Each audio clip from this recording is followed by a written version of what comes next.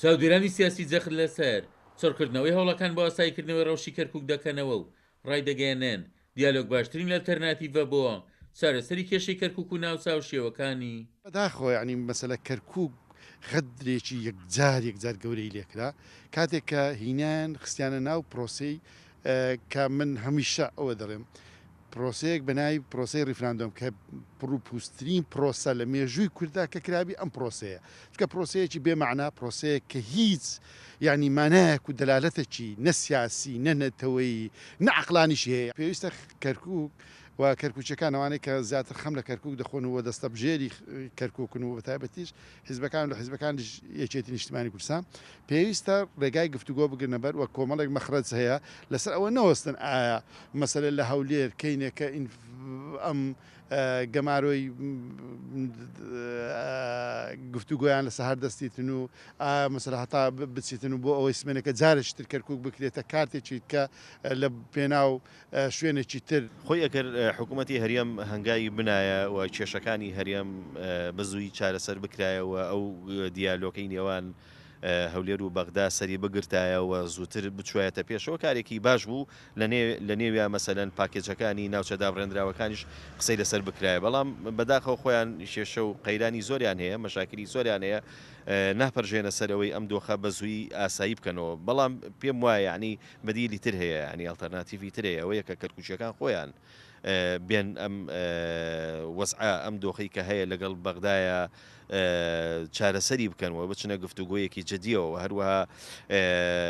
بەدیلی تریش ئەوەیە کە ئێمە پەنا بۆ مافە دەستوری و قانونیەکانی قۆمانبەرین وە لە ناوی ئامادەی 140 ئەو گەرەوەش نەکرا خۆی احتیسامی مەدەنی و خۆپیشاندان ئەکرێ هەموو ئەمانە بەدیلی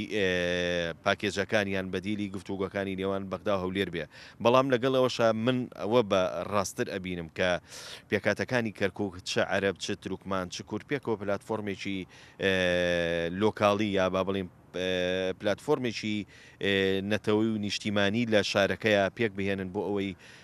پێکەوە خواستە ناوچەیەەکە خواستە محلەکە بگەێنە بەغدا ئەندامێکی ئەنجومەنی نوێنەرانی عێراقیش پێی وایە چارەسەری پاشماوی ئاڵۆزیەکانی 16 ئۆکتۆبەر لە کەرکووک پێویستی بە گفتوگۆ و دانوستانە چاوەڕێی حکوومەتی هەرێمی کوردستانمانەکە کە بچێتە بەغدا و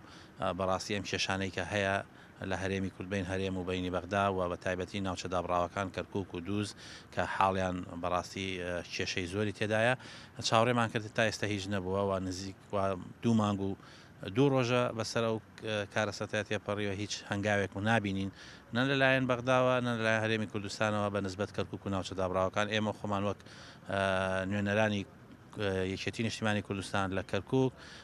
لەگەڵ چەند هەواڵێکی خۆماندا بڕیارمانداوە لە نهایەتی ئەم هەفتەیە بچینە بەغدا ئەو تەجاوزاتانەی کە کراوە ئەو ناقانونیانەی کە لە ناو شاری کەرکووک بە گۆڕینی هەندێک لە بەرپرسانی دام و دەستگاکان تەجاوزی ئەمنی ئەو خولوقاتانی کە کراوە ئێمەش هەمومان کردووە بە دۆکیومنت ئەوانەی کە لە دووس کراوە بە ئەرشیڤ و بە سیدی هەموویمان حازر کردووە پێکەوە بچین بۆ بەغدا لەگەڵ